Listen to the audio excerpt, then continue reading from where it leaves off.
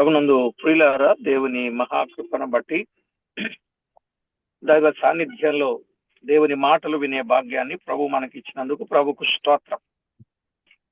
ದೇವರ ಕೃಪೆಯಿಂದ ದೇವರ ಸಾನ್ನಿಧ್ಯದಲ್ಲಿ ನಾವೆಲ್ಲ ಸೇರಿ ಬಂದು ದೇವರನ್ನ ಕೊಂಡಾಡುವ ಹಾಗೆ ಕರ್ತವ್ಯ ಮಾಡಿದಂತಹ ಸಹಾಯಕ್ಕಾಗಿ ದೇವರಿಗೆ ಸ್ತೋತ್ರ ಸಲ್ಲಿಸ್ತೇನೆ. పరిశుద్ధ గ్రంథమైన బైబిల్ నుండి కొరింథీయులకు రాసిన మొదటి పత్రిక 2వ అధ్యాయం 8వ వచనాన్ని చదువుకుందాం. ಮೊದಲನೇ ಕೊರಿಂಥದವರಿಗೆ ಬರೆದ ಪತ್ರಿಕೆ 2ನೇ ಅಧ್ಯಾಯ 8ನೇ ವಚನವನ್ನ ನಾವು ಧ್ಯಾನಕ್ಕೋಸ್ಕರವಾಗಿ ಇದನ್ನ ನಾವು ಓದಿಕೊಳ್ಳೋಣ ಪ್ರಿಯರೇ. అధికారులలో అది లోకాధికారులలో ఎవనికిని తెలియదు, అది వారికి తెలిసి ఉండిన ఎడల మహిమా స్వరూపియగు ప్రభువును సిలువ వేయకపోయియుందురు.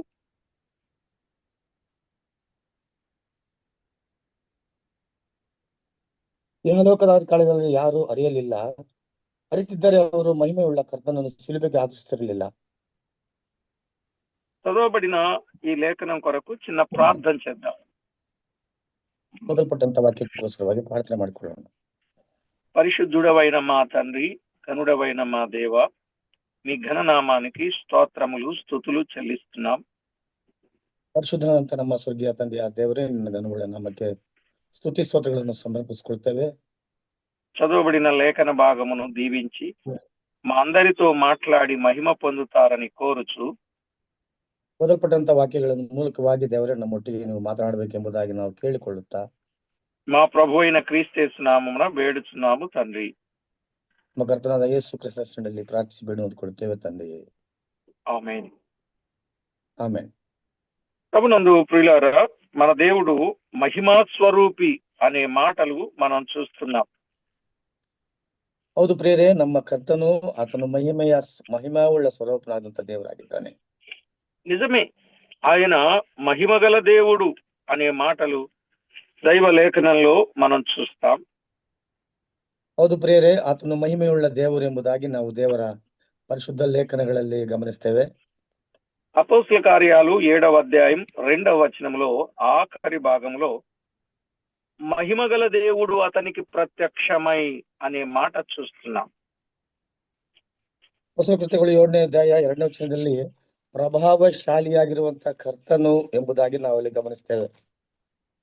దేవుని వాక్యంలో వ్రాయబడినట్లు ఆయన మహిమగల దేవుడు అనగా మహిమా స్వరూపి. ఆ మహిమా స్వరూపి ఎవరో యాకోబు చాలా స్పష్టంగా చెప్పాడు. 2వ అధ్యాయం 1వ వచనం.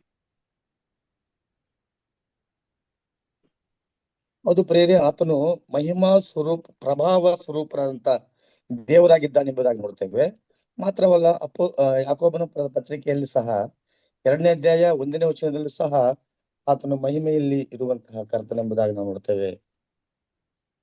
నా సహోదరులారా, మహిమా స్వరూపియగు మన ప్రభు అయిన యేసు క్రీస్తును గూర్చిన విశ్వాస విషయములో మోమాటము గలవారై ఉండకుడి అనే మాట చూస్తున్నాం.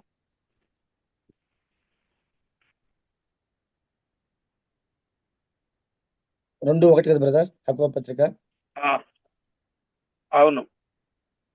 ನನ್ನ ಸಹೋದರರೇ, ಪ್ರಭಾವವುಳ್ಳ ನಮ್ಮ ಕರ್ತನಾದ ಯೇಸು ಕ್ರಿಸ್ತನಲ್ಲಿ ನಂಬಿಕೆ ಇಟ್ಟವರಾದ ನೀವು ಪಕ್ಷಪಾತಿಗಳಾಗಿರಬಾರದು. ఇక్కడ ఆయన మహిమా స్వరూపియగు మన ప్రభు అయిన యేసు క్రీస్తు అన్నాడు. ఆ మహిమా స్వరూపి ఎవరు అంటే మన ప్రభు అయిన యేసు క్రీస్తు అన్నాడు. ಬೇರೆ ಈ ವಾಕ್ಯದಲ್ಲಿ ನಾವು ಕನ್ನಡ ಭಾಷೆಯಲ್ಲಿ ನೋಡ್ತೇವೆ, ಪ್ರಭಾವವುಳ್ಳ ನಮ್ಮ ಕರ್ತನಾದ ಯೇಸು ಕ್ರಿಸ್ತನ್ ಎಂಬುದಾಗಿ ನೋಡ್ತೇವೆ. ಹೌದು ಪ್ರಿಯರೇ, ನಮ್ಮ ಕರ್ತನಾದ ಕ್ರಿಸ್ತ ಯೇಸು ಆತನು ಮಹಿಮಾ ಪ್ರಭಾವವುಳ್ಳ ಕರ್ತನಾಗಿದ್ದಾನೆ. కనుక ఆయన మహిమగల దేవుడు, మహిమ స్వరూపి. ఆ మహిమ స్వరూపియే మన ప్రభు అయిన యేసు ಕ್ರಿಸ್ತು. ಹೌದು ಪ್ರಿಯರೇ, ಆತನು ತಾನೇ ಮಹಿಮಾ ಸ್ವರೂಪನಾಗಿರುವಂತಹ ದೇವರು, ಪ್ರಭಾವವುಳ್ಳಂತಹ ಮಹಿಮೆಯುಳ್ಳ ದೇವರಾಗಿದ್ದಾನೆ ಎಂಬುದಾಗಿ ನಾವು ನೋಡ್ತೇವೆ. దేవుడేమో మహిమా స్వరూపి. ఆ మహిమా స్వరూపమును తన పోలికలో, తన స్వరూపములో మానవుని సృజించితే మానవుడు ఏం చేశాడు? ಮಹಿಮಾ ಸ್ವರೂಪಿಯಾಗಿರುವಂತಹ ಕರ್ತನು ಮನುಷ್ಯನನ್ನು ತನ್ನ ಹೋಲಿಕೆಯಲ್ಲಿ ಸೃಷ್ಟಿಸಿಕೊಂಡಾಗ ಮನುಷ್ಯನು ಏನು ಮಾಡಿದನು? మనుషుడు దేవుడు అనుగ్రహించు మహిమను పొందలేకపోయాడు. ಆದರೆ ದೇವರು ಅನುಗ್ರಹಿಸುವಂತಹ ಮಹಿಮೆಯನ್ನ ಹೊಂದದೇ ಹೋಗಿದ್ದಾನೆಂಬುದಾಗಿ ನಾವು ನೋಡ್ತೇವೆ. ఆ మహిమను పొందలేకపోవటానికి గల కారణం ఏమిటంటే పాపం. రోమపత్రిక 3:23. ಬೇರೆ ದೇವರು ಕೊಡುವಂತಹ ಈ ಮಹಿಮೆಯನ್ನ ಹೊಂದದೇ ಹೋಗಿರುವುದಕ್ಕೆ ಕಾರಣ ಏನು ಎಂಬುದಾಗಿ ನಾವು ಗಮನಿಸುವಾಗ ಪಾಪವಾಗಿದೆ ಪ್ರೇರೆ. ಅದು ರೋಮಪುರದವರಿಗೆ ಬರೆದ ಪತ್ರಿಕೆ 3ನೇ ಅಧ್ಯಾಯ 23ನೇ ವಚನದಲ್ಲಿ ಗಮನಿಸ್ತೇವೆ. ఎప్పుడైతే మానవుడు మహిమను పోగొట్టుకున్నాడో తిరిగి మహిమను ఇవ్వటానికి తండ్రి అయిన దేవుడు ఆలోచన చేసి తన కుమారుడైన యేసుక్రీస్తు వారిని ఈ లోకానికి పంపాడు. ಯಾವ ಮನುಷ್ಯನಾದರೂ ದೇವರ ಮಹಿಮೆಯನ್ನು ಕಳೆದುಕೊಂಡನೋ ಅದನ್ನು ತಿರುಗಿ ತನ್ನ ಮಗನಾದ ಕ್ರಿಸ್ತ ಯೇಸುವಿನ ಮೂಲಕವಾಗಿ ಕೊಡುವುದರ ಮೂಲಕವಾಗಿ ತನ್ನ ಮಗನನ್ನು ಈ ಲೋಕಕ್ಕೆ ಕಳಿಸಿಕೊಟ್ಟನು ಪ್ರೇರೆ. మన మహిమ కొరకే ఆ ఇష్టమైన కుమారుని నలుగగొట్టినట్లుగా చూడగలం. ನಮ್ಮ ಮಹಿಮೆಗೋಸ್ಕರವಾಗಿ ತನಗಿಷ್ಟವಾಗಿರುವಂತಹ ತನ್ನ ಪ್ರಿಯನಾಗಿರುವಂತಹ ಕ್ರಿಸ್ತ ಯೇಸುವನ್ನು ಆತನು ಜಜ್ಜುವುದಕ್ಕೆ ಸಂಕಲ್ಪಿಸಿದನು. ఆఖరికి ఆయనను సిలువకు అప్పగించాడు. ఆయన మరణించాడు. ಕೊನೆಯದಾಗಿ ಆತನನ್ನು ಶಿಲುಬೆಗೆ ಒಪ್ಪಿಸಿಕೊಟ್ಟನು ಮತ್ತು ಆತನು ಮರಣ ಹೊಂದಿದನು ಎಂಬುದಾಗಿ ನಾವು ನೋಡ್ತೇವೆ. రోమాపత్రిక 6వ అధ్యాయం 4వ వచనం ప్రకారం ರೋಮಪುರದವರಿಗೆ ಬರೆದ ಪತ್ರಿಕೆ 6ನೇ ಅಧ್ಯಾಯ 4ನೇ ವಚನವನ್ನು ನಾವು ಗಮನಿಸುವುದಾದ್ರೆ, కాబట్టి తండ్రి మహిమ వలన క్రీస్తు మృతులలో నుండి అలాగు లేపబడెను అనే మాట చూస్తున్నాం. ತಂದೆಯ ಮಹಿಮೆ ಮೂಲಕವಾಗಿ ಕ್ರಿಸ್ತ ಯೇಸು ಯಾವ ರೀತಿಯಾಗಿ ಆತನು ಎಬ್ಬಿಸಲ್ಪಟ್ಟನೋ ಎಂಬುದಾಗಿ ನಾವು ಇರುವಂತಹ ಮಾತನ್ನು ಗಮನಿಸ್ತೇವೆ. ఆయనకున్న మహిమ ఇప్పుడు మరణింపజేసిన లేక సమాధిలో నుండి తిరిగి లేపుటకు ఆయన మహిమ ఎంత ఉపయోగపడినో మనము చూస్తున్నాం. ಹೌದು ಪ್ರೇರೆ, ಸಮಾಧಿಯಲ್ಲಿ ಇರುವಂತಹ ಆತನನ್ನು ಮಹಿಮೆಯ ಮೂಲಕವಾಗಿ ತಿರುಗಿ ಎಬ್ಬಿಸುವುದಕ್ಕೋಸ್ಕರವಾಗಿ ಆತನ ಮಹಿಮೆ ಎಷ್ಟು ಕಾರ್ಯವು ಮಾಡುತ್ತೆಂಬುದಾಗಿ ಸಹ ನಾವು ನೋಡ್ತೇವೆ. నిజమే. కొరింథీయులకు రాసిన మొదటి పత్రిక 2వ అధ్యాయం 7వ వచనం చివరి భాగంలో జగదుత్పత్తికి ముందుగానే దీనిని దేవుడు మన మహిమ నిమిత్తము నియమించాడు అనే మాట మనము చూడవచ్చు.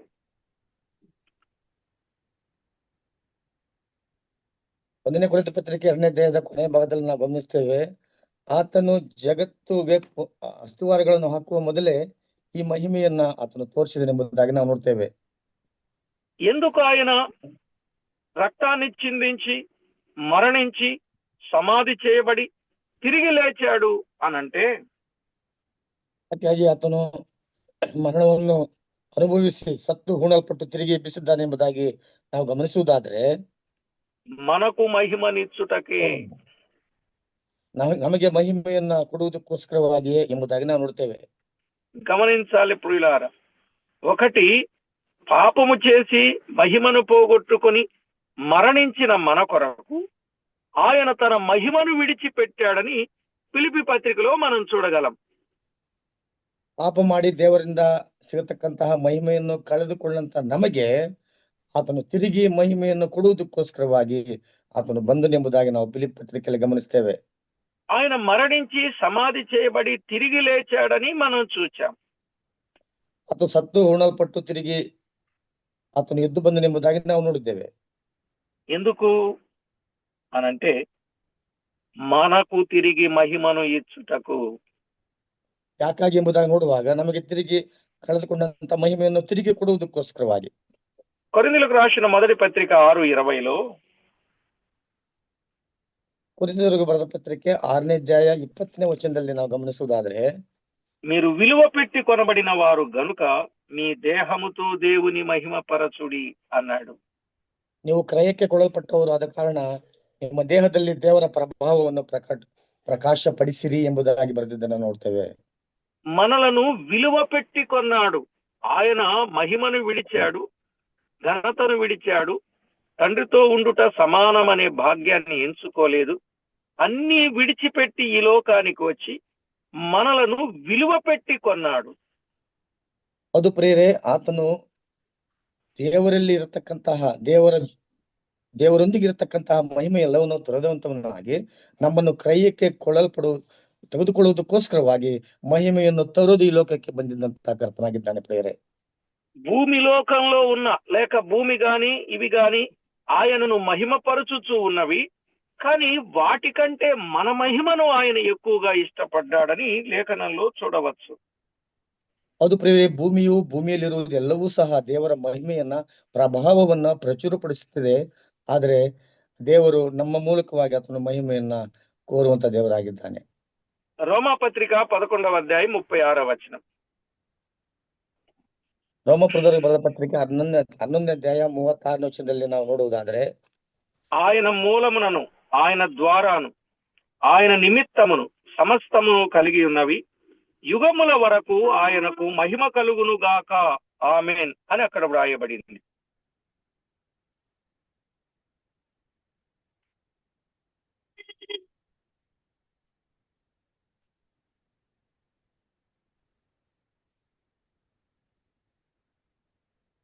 రోమాపత్రిక 11:36. ಆತನಿಗೆ ಸದಾ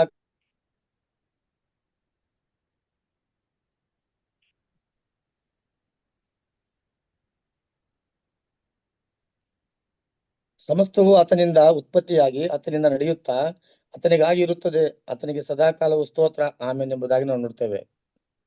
కనుక సమస్త సృష్టి ద్వారా ఆయనకు మహిమ ఉన్నా మానవుడు మాత్రము దేవుణ్ణి మహిమపరచాలని దేవుని యొక్క ఆలోచన, ప్రణాళిక, విధానమై ఉన్నది. ಸಮಸ್ತ ಸೃಷ್ಟಿಯಿಂದ ಆತನಿಗೆ ಮಹಿಮೆ ತರುವಂತಹ ಸ್ಥಿತಿಯಲ್ಲಿ ಇದ್ದರೂ ಸಹ ದೇವರ ಚಿತ್ತವೇನಂತಂದ್ರೆ ಮನುಷ್ಯನ ಮೂಲಕವಾಗಿ ತನ್ನನ್ನು ಮಹಿಮೆ ಪಡಿಸಿಕೊಳ್ಳಬೇಕು ಎಂಬುದು ದೇವರ ಚಿತ್ತವಾಗಿದೆ ಪ್ರೇರೆ. ఒకటి విలువ పెట్టి కొన్నాడు, 2 రోమాపత్రిక 8వ అధ్యాయం 30వ వచనం.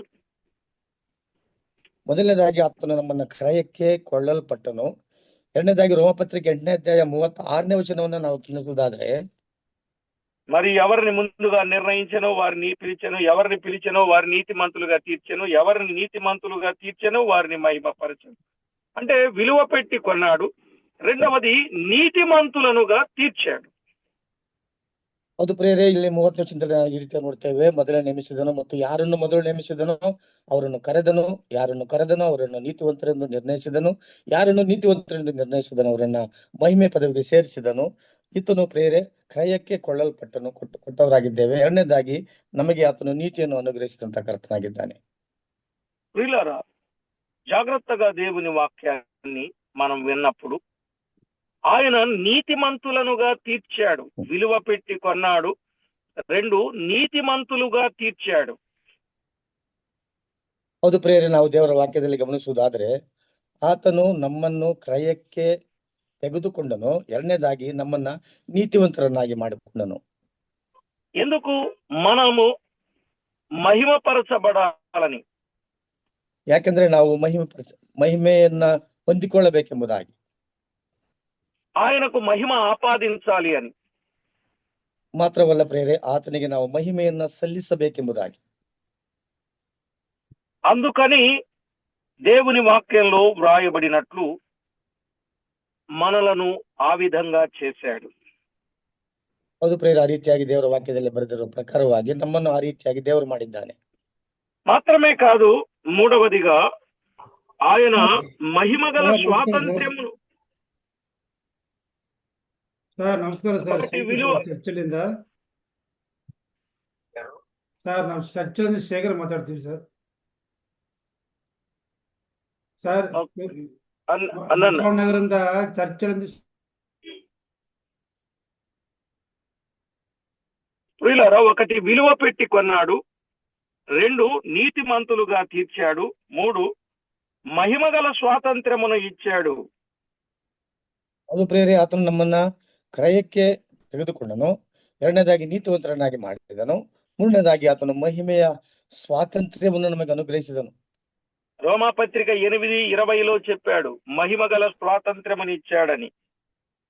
ರೋಮಪತ್ರಿಕೆ 8ನೇ ಅಧ್ಯಾಯ 20ನೇ ವಚನದಲ್ಲಿ ಆತನು ಈ ರೀತಿಯಾಗಿ ಹೇಳಿದ್ದಾರೆ, ಮಹಿಮೆಯ ಸ್ವಾತಂತ್ರ್ಯವನ್ನು ನಮಗೆ ಅನುಗ್ರಹಿಸಿಕೊಟ್ಟಿದ್ದಾನೆ ಎಂಬುದಾಗಿ. కనుక ప్రతి వ్యక్తి కూడా దేవునిని మహిమపరచవలసిన వారై ఉన్నారు. ಅದರಿಂದ ಪ್ರಿಯರೇ, ಪ್ರತಿಯೊಬ್ಬ ವ್ಯಕ್ತಿಯೂ ಸಹ ದೇವರನ್ನ ಮಹಿಮೆ ಪಡಿಸುವಂತ ಹಂಗಿನಲ್ಲಿದ್ದಾನೆ. నాలుగవదిగా కొరింథీయులకు రాసిన 2వ పత్రిక 1వ అధ్యాయం 20వ వచనం. 2ನೇ ಕೊರಿಂಥ ಪತ್ರಿಕೆ 1ನೇ ಅಧ್ಯಾಯ 20ನೇ ವಚನವನ್ನ ನಾವು ಗಮನಿಸುವುದಾದ್ರೆ, మన ద్వారా దేవునికి మహిమ కలుగుటకై దేవుడు వాగ్దానాలను ఇచ్చాడు. ನಮ್ಮ ಮೂಲಕವಾಗಿ ದೇವರಿಗೆ ಮಹಿಮೆ ಸಲ್ಲುವ ಹಾಗೆ ನಮಗೆ ಅನೇಕ ವಾಗ್ದಾನಗಳನ್ನ ಕರ್ತನು ನಮಗೆ ಅನುಗ್ರಹಿಸಿಕೊಟ್ಟಿದ್ದಾನೆ. కనుక ఈలాగున దేవుడు పోగొట్టుకున్న మహిమనిచ్చాడు. మాత్రమే కాదు, ఆయన మహిమ వలన మనకు ఇన్ని ఉపయోగాలను అనుగ్రహింపజేశాడు. ಹೌದು ಪ್ರೇರೆ, ಆತನು ನಮಗೆ ಕಳೆದುಕೊಂಡಂತಹ ಮಹಿಮೆಯನ್ನು ತಿರುಗಿ ಅನುಗ್ರಹಿಸಿಕೊಟ್ಟಿದ್ದಾನೆ. ಮಾತ್ರವಲ್ಲ, ಮಹಿಮೆ ಮೂಲಕವಾಗಿ ಇಷ್ಟೊಂದು ಉಪಯೋಗಗಳನ್ನು ಸ್ವಾಮಿ ನಮಗೆ ಮಾಡಿದ್ದಾನೆ. మరి ఇంత చేసిన దేవుని పట్ల మనం ఏం చేయాలి? ಇಷ್ಟೊಂದು ಕಾರ್ಯಗಳನ್ನು ಮಾಡಿರುವಂತ ನಮ್ಮ ಕರ್ತನ ಪರವಾಗಿ ನಾವೇನು ಮಾಡಬೇಕು? దేవునికి కృతజ్ఞతాస్తుతులు చెల్లించాలి. ದೇವರಿಗೆ ನಾವು ಕೃತಜ್ಞತಾಸ್ತುತಿಗಳನ್ನು ಸಮರ್ಪಿಸುವವರಾಗಿರಬೇಕು. ఇంకా మనం అనేకమైన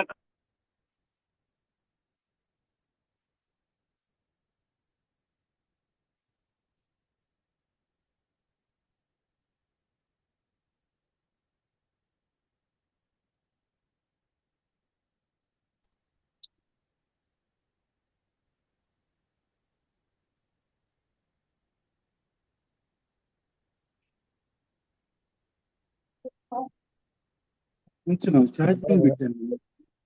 ఎందుకు తీసావు కానీ? చూడు ఛార్జింగ్ ఎంత ఉందో చూడు. చెప్పండి బ్రదర్. అందరూ ఒకసారి మ్యూట్లు పెట్టుకోండి. ఇంత లేట్ అయితే కష్టం అన్నా.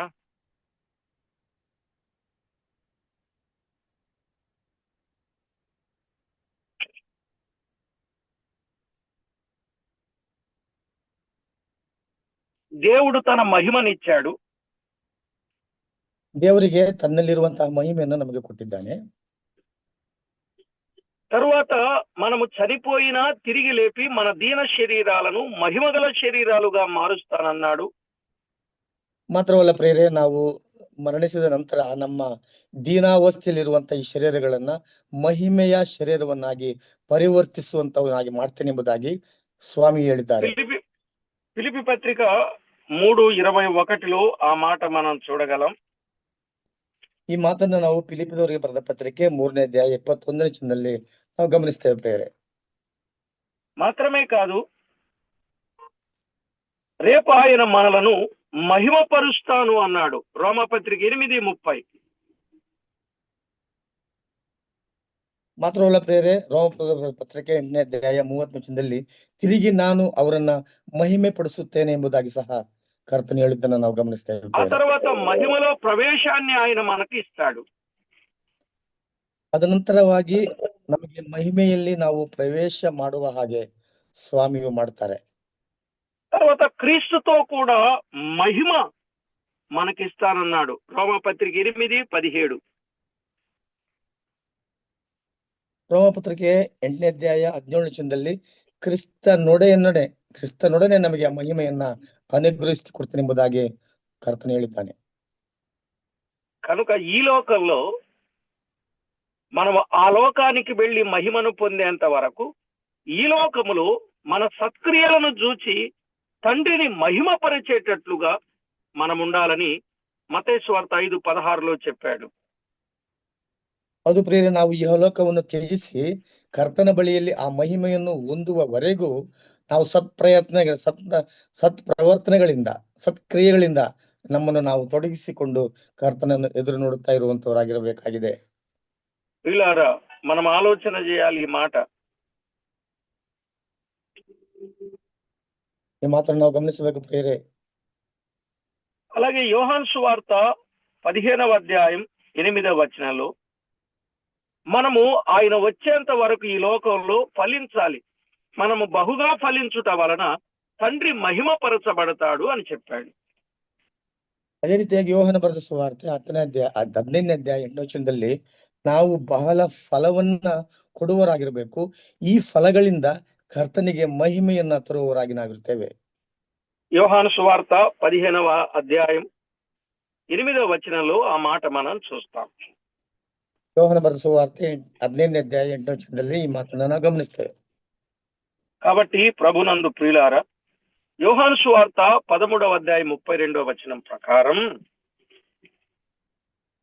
ಯೋಹಾನ ಸುವಾರ್ತೆ 13ನೇ ಅಧ್ಯಾಯ 32ನೇ ವಚನ ಪ್ರಕಾರ దేవుడు ఆయన యందు మహిమపరచబడిన ఎడల ದೇವರು ಆತನಲ್ಲಿ ಮಹಿಮೆ ಪಟ್ಟಿರಲಾಗಿ దేవుడు తన యందు ఆయనను మహిమపరచును అన్నాడు. ತನ್ನಲ್ಲಿ ದೇವರು ಆತನನ್ನು ಮಹಿಮೆ ಪಡಿಸುವನು ಎಂಬುದಾಗಿ ನಾವು ನೋಡ್ತೇವೆ. వెంటనే ఆయనను మహిమపరచును అని వ్రాయబడింది. ಕೂಡಲೇ ಮಹಿಮೆ ಪಡಿಸುವನು ಎಂಬುದಾಗಿ ಬರೆಯಲ್ಪಟ್ಟಿದೆ. దీని అర్థం ఏంటంటే దేవుణ్ణి మహిమపరిచేవారు తప్పనిసరిగా మహిమపరచబడతారు అనే భావం. ಇದರ ಅರ್ಥವೇನಂತಂದ್ರೆ ದೇವರನ್ನು ಯಾರು ಮಹಿಮೆ ಪಡಿಸ್ತಾರೋ ದೇವರಿಂದ ಅವರು ಮಹಿಮೆ ಪಡಿಸುವಂತವರಾಗಿರ್ತಾರೆ ಎಂಬುದಾಗಿ ಇದರ ಅರ್ಥವಾಗಿದೆ. ఆయన అన్నాడు కదా, నన్ను గణపరచు వారిని నేను గణపరుస్తాను, నన్ను తృణీకరించు వారిని తృణీకరిస్తాను అని. ಅದು ಪ್ರಿಯರೇ, ಕರ್ತನು ತಾನೇ ಹೇಳಿದ್ದನ್ನ ನಾವು ನೋಡ್ತೇವೆ. ನನ್ನನ್ನು ಯಾರು ಗಣಪಡಿಸುತ್ತಾರೋ ಅವ್ರನ್ನ ನಾನು ಗಣಪಡಿಸ್ತೇನೆ, ನನ್ನನ್ನು ಯಾರು ತಿರಸ್ಕಾರ ಮಾಡ್ತಾರೋ ಅವ್ರನ್ನ ನಾನು ತಿರಸ್ಕರಿಸುತ್ತೇನೆ ಎಂಬುದಾಗಿ ಕರ್ತನು ತಾನೇ ಹೇಳಿದ್ದಾರೆ. కనుక దేవుడు మహిమా స్వరూపి, ఆయనను మనం మహిమపరచాలి. మనం ఆయనను మహిమపరచడానికి మన పట్ల ఆయన చేసిన కార్యాలు ఎంత గొప్పవో అది మనము గుర్తించాలి. ಅದು ಪ್ರಿಯರೇ, ಆತನು ಮಹಿಮಾ ಸ್ವರೂಪಿಯಾಗಿ ದೇವರು ನಮ್ಮ ಮಧ್ಯದಲ್ಲಿ ಆತನು ನಮ್ಮನ್ನ ಮಹಿಮೆ ಪಡಿಸಿರುವಾಗ ಪ್ರಿಯರೇ, ಆತನು ಮಾಡಿರುವಂತಹ ಕಾರ್ಯಗಳು ಎಷ್ಟೋ ದೊಡ್ಡವು. ಅದನ್ನ ನಾವು ಜ್ಞಾಪಿಸಿಕೊಂಡು ಕರ್ತನನ್ನ ನಾವು ಮಹಿಮೆ ಪಡಿಸ್ಬೇಕು ಪ್ರಿಯರೇ. కనుక మాకు కాదు మహిమ ఘనత నీ నామమునకే అని ఆయనను మహిమపరిచే వారంగా మనము ಸಿದ್ಧಪಡಾలి. ನಮಗಾಗಿ ಅಲ್ಲ ಪ್ರಿಯರೇ, ನಮಗೋಸ್ಕರವಲ್ಲ ಕರ್ತನೆ, ಎಲ್ಲವೂ ನಿನಗೋಸ್ಕರವೇ ಎಂಬುದಾಗಿ ಆತನನ್ನು ನಾವು ಮಹಿಮೆ ಪಡಿಸಬೇಕು. కాబట్టి ఆ మహిమా స్వరూపిని మనము మహిమపరచడం మూలాన రేపు దేవుడు మనలను మహిమలో మహిమపరుస్తాడు. ಮಹಿಮೆಯುಳ್ಳಂತಹ ಕರ್ತನನ್ನು ನಾವು ಮಹಿಮೆ ಪಡಿಸಿರುವಾಗ, ದೇವರ ರಾಜ್ಯದಲ್ಲಿ ನಾವು ಮಹಿಮೆಯನ್ನು ಹೊಂದಿಕೊಳ್ಳುವಾಗ ಮಹಿಮೆಯನ್ನ ನಮಗೆ ಅನುಗ್ರಹಿಸಿಕೊಡ್ತಾನೆ ಆ ಕರ್ತನು. ప్రార్థన చేస్తాం. ಪ್ರಾರ್ಥನೆ ಮಾಡಿಕೊಳ್ಳೋಣ ಪ್ರಿಯರೇ. పరిశుద్ధుడవైన తండ్రి, మీ ఘననామానికి స్తోత్రములు. ಪರಿಶುದ್ಧವಂತ ನಮ್ಮ ತಂದೆಯೇ, ನಿನ್ನ ಘನವುಳ್ಳ ನಾಮಕ್ಕೆ ಸ್ತೋತ್ರಗಳು ಸಮರ್ಪಿಸಿಕೊಳ್ತೇವೆ. భిన్న సంగతులు అందరిలోనూ మీరు ఫలింప చేయమని కోరుచున్నాం. ಕೇಳಿದಂತ ಎಲ್ಲಾ ವಿಷಯಗಳನ್ನು ಪ್ರತಿಯೊಬ್ಬರಲ್ಲಿ ಫಲವನ್ನು ಫಲಿಸುವಂತೆ ಸಹಾಯ ಮಾಡಬೇಕೆಂಬುದಾಗಿ ನಾನು ಕೇಳಿಕೊಳ್ತೇನೆ. ప్రతి విషయంలో గొప్పదైన మీ సహాయం ఇచ్చి మహిమ పొందుతారని వేడుకుంటూ, ಎಲ್ಲಾ ವಿಷಯಗಳಲ್ಲಿ ನಿನ್ನ ದೊಡ್ಡ ಸಹಾಯವನ್ನು ನಮಗೆ ಅನುಗ್ರಹಿಸಿಕೊಡಬೇಕೆಂಬುದಾಗಿ ನಾವು ಬೇಡಿಕೊಳ್ಳುತ್ತಾ, తోడయుండి కాపాడుచు ఉన్నందుకు కృతజ్ఞతలు చెల్లించు. ನಮಗೆ ಜೊತೆಯಾಗಿದ್ದು ನಮ್ಮನ್ನು ನಡೆಸುತ್ತಿರುವುದಕ್ಕಾಗಿ, ಕಾಪಾಡುತ್ತಿರುವುದಕ್ಕಾಗಿ ನಿನ್ನನ್ನು ಸ್ತುತಿಸುತ್ತಾ, మా ప్రభువా, మహిమను పోగొట్టుకున్న మా కొరకు మహిమను విడిచి ఈ లోకానికి వచ్చారు, మరణించి తిరిగి లేచారు. స్తోత్రం. ಕರ್ತನೆ, ಮಹಿಮೆಯನ್ನು ಕಳೆದುಕೊಂಡಂತ ನಮಗೋಸ್ಕರವಾಗಿ ಮಹಿಮೆಯನ್ನು ತೊರೆದು ಲೋಕಕ್ಕೆ ಬಂದು ನಮ್ಮನ್ನ ಮಹಿಮೆ ಪದವಿಗೆ ಸೇರಿಸಿದ್ದಕ್ಕಾಗಿ ದೇವರೇ, ನಾವು ನಿನ್ನನ್ನು ಕೊಂಡಾಡ್ತೇವೆ. మీ మహిమను మాకిచ్చుటకు మీరు చేసిన గొప్ప కార్యాలను అన్నింటిని బట్టి మిమ్మల్ని ఎంతగానో స్తుతించుచు, ನಿನ್ನ ಮಹಿಮೆಯನ್ನ ನಮಗೆ ಅನುಗ್ರಹಿಸಿಕೊಡುವುದಕ್ಕೋಸ್ಕರವಾಗಿ ಅದೆಷ್ಟೋ ಕಾರ್ಯಗಳನ್ನು ಮಾಡಿದಂತ ನಿನ್ನನ್ನು ನಾವು ಸ್ತುತಿಸಿ ಕೊಂಡಾಡುತ್ತಾ, మా ప్రభు అయిన యేసు క్రీస్తు నామమున కృతజ్ఞత వందనములు చెల్లించి స్తుతులర్పించి ప్రార్థించి వినయులమై వేడుచు ఉన్నాము తండ్రి. ನಮ್ಮ ಕರ್ತನು ರಕ್ಷಕನುಡೇನಾಗಿರುವಂತ ಕ್ರಿಸ್ತ ಯೇಸುವಿನಲ್ಲಿ ಸ್ತುತಿಸಿ ಪ್ರಾರ್ಥಿಸಿ ಬೇಡಿ ಹೊಂದಿಕೊಳ್ಳುತ್ತೇವೆ ಕರ್ತನೆ. ಆಮೆನ್. ಆಮೆನ್.